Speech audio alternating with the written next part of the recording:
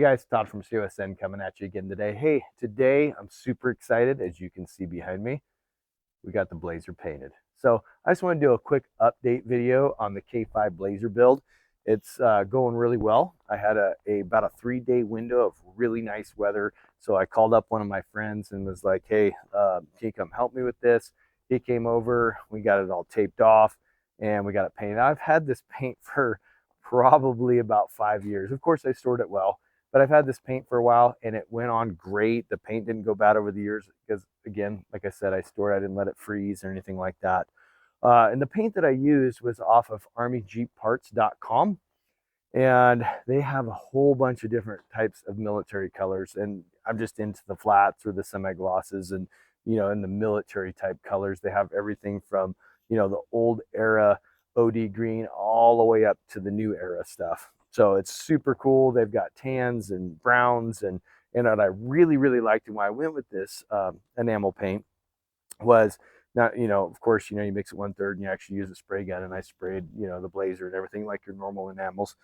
But it comes with, well, as many as you want to buy, but it comes with actual spray cans of the exact same paint, like your actual just rattle can spray paints, which is awesome. So, if I start scratching it up, whatever, I just grab a rattle can. It matches direct, to the T. I've already actually done some touch ups, some mistakes I made because I'm not a painter. I'm not a body guy, but it's fun. And I really enjoyed the paint job and doing it. So, and what I've done is I've used a flat black on the back piece, and it's like the military, and I mean like flat black. And I also painted out the hood into a flat black. And the big reason for that on the hood, why I did the flat black, was because I have a lot of overhead lights. I don't want any reflection off of the hood when I'm out there tooling around or whatnot, and I'll get like absolutely no reflection. And then I did the body, and they have they have several different types of tans. They have different years of military, change their color schemes. So I picked a lusterless. It's like a semi-gloss. So it's not quite a flat, but it's not quite a gloss, which I really like because, if you've 4x4 before, using some flat paints, mud tends to really stick to it, and you have to, pressure wash it off, get it off there. But flat paints are really hard to get mud off of. They come off of a gloss a lot easier, but I like the flats. I like the way that they look. It's kind of funny because like a lot of the new Toyotas and stuff are going to color schemes like this, which is super cool. They have a lot of cool color schemes. So I also, in that process, I went from the military tires. I went to a 35 now on a 17-inch rim, and I got rid of the military 37s on a 16.5. Big reason for that is, a 16.5 rim is really hard to find tires for.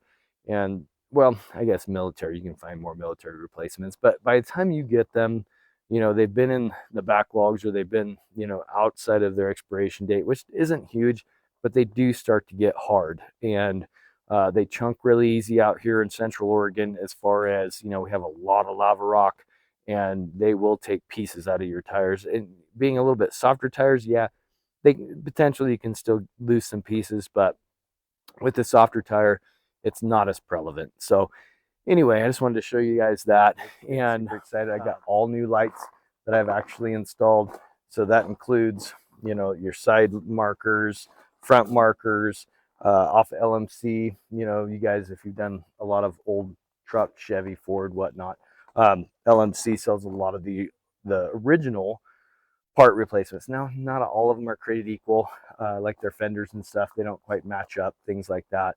And then I've also got some people are like, oh, you're cutting on the Blazer, you're doing this, and it's not original. Well, when I got the Blazer, a guy had it before me, and he did replace everything that was rusted. So I have absolutely no rust. But if you look here, even like on the body line on the rockers, you can see it on there. They're not matching.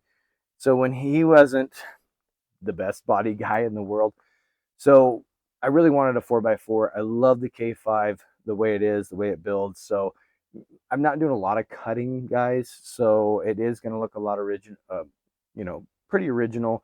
There is some things like you can see that I cut into the fender, the original fender. but it was already cut into before I got it. So, and then I've got the aftermarket pieces that I've added, the upgraded headlights, things like that. So we're really getting close to getting this thing on the road.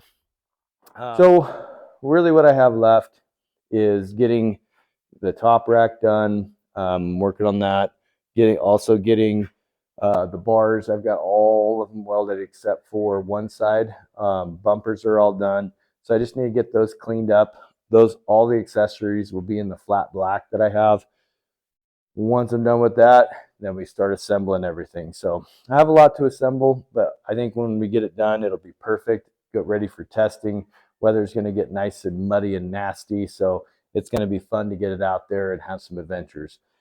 And that's what I'm looking forward to, getting out there and giving you guys some adventures as well and getting some testing done on that rig. And I've also got the big rig that I got to start building, and also got a 69 CJ5.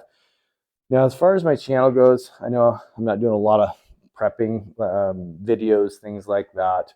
I will be getting more so into the survival aspect and stuff. And I've been kind of toying around with maybe even rebranding my channel, not so much getting away from prepping and survival, but making it more encompassing, because I like to do so many different things that it's hard to put everything in just to the survival basket or the bushcraft basket, or, you know, building out vehicles, overlanding. So I might end up rebranding. I will let you guys know if I do. But with that being said, I really enjoy doing all this stuff. So I'll keep you guys up to date on any changes.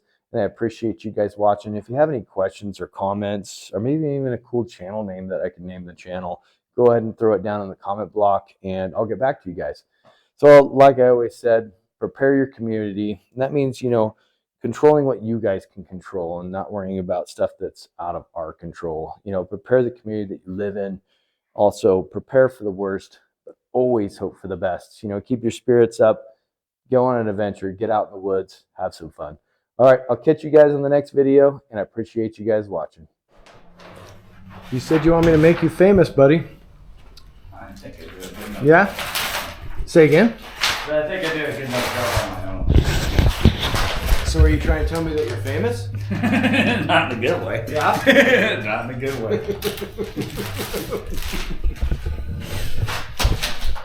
So what would you say makes you famous? Yeah, being around you, bud. You're the one that makes me famous. That's got audio, doesn't it? Yes, it does.